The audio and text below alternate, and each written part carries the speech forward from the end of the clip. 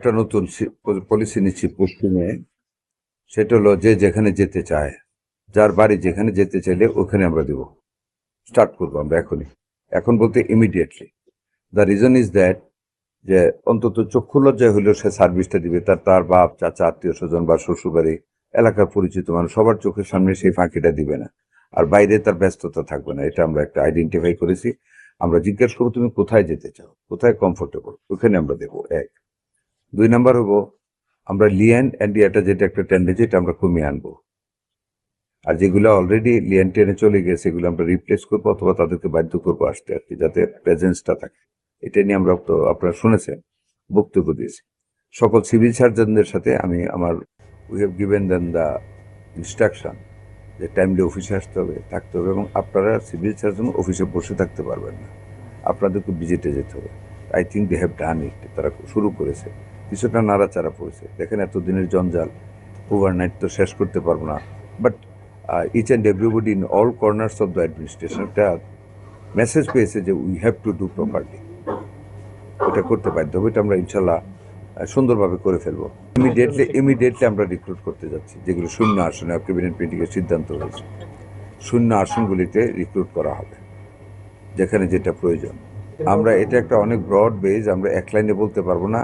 এখানে আমরা care giver, মিডউইফার, তারপর ফ্যামিলি প্ল্যানিং ওয়ার্কার সমন্বয়ে আমরা কমিউনিটি ক্লিনিকগুলিকে সচল করবো, যাতে করে আমাদের মাদেরকে আমরা টেক কেয়ার করতে পারি। বিশেষ করে ধরেন অনেক মাদের breast cancer and uterus cancer হয় প্রাথমিকভাবে, যেটা নিজেরা চেক করতে পারে। আমাদের একটা চিন্তাধারা আছে, আমরা ট্রেন করে কিছু মেয়েকে আমরা গ্রামেগঞ্জে ওই যারা আছে এক্সিস্টিং কাজ করে ফ্যামিলি প্ল্যানিং ওয়ার্কার, তাদেরকে ট্রেন আপ করে শিখিয়ে দেওয়া মাদেরকে কীভাবে ইউটেরাস, কীভাবে ব্রেস্ট ক্যান্সারটা ধরা যায় সহজে। ধরলে তাদেরকে প্রাইমারি ট্রিটমেন্ট শুরু করার জন্য যে সাপোর্টটা দরকার, ওইটা আমরা সরকার থেকে দেব। সারা বাংলাদেশ ব্যাপী আমরা শুরু করেছি এটা পরিচ্ছন্নতা অভিযান। পরিচ্ছন্ন থাকতে হবে। এখানে দেখেন স্বাস্থ্য একটা বিশাল বড় ডিপার্টমেন্ট, অনেক হসপিটাল হয়ে আছে, মানে অপরিকল্পিতভাবে অনেক হয়েছে, মেনটেনেন্স নাই, মেশিন নাই, বেড নাই, পড়ে আছে। আমরা এগুলি সমীক্ষা করতেছি।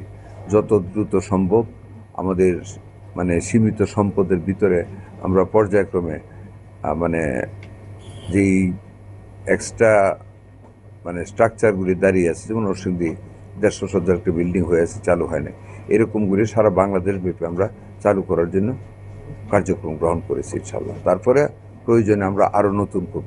মোটামুটিভাবে আমরা স্বাস্থ্যের প্রত্যেকটা জায়গাতে আমরা প্রত্যেক মন্ত্রণালয়, বাট আমি যেহেতু স্বাস্থ্যের ইয়েতে আছি, মাননীয় প্রধানমন্ত্রীর মানে দিক নির্দেশনায় আমরা পর্যায়ক্রমে এগুলিকে কার্যক্রম শুরু করার দিকে নিয়ে যাচ্ছি।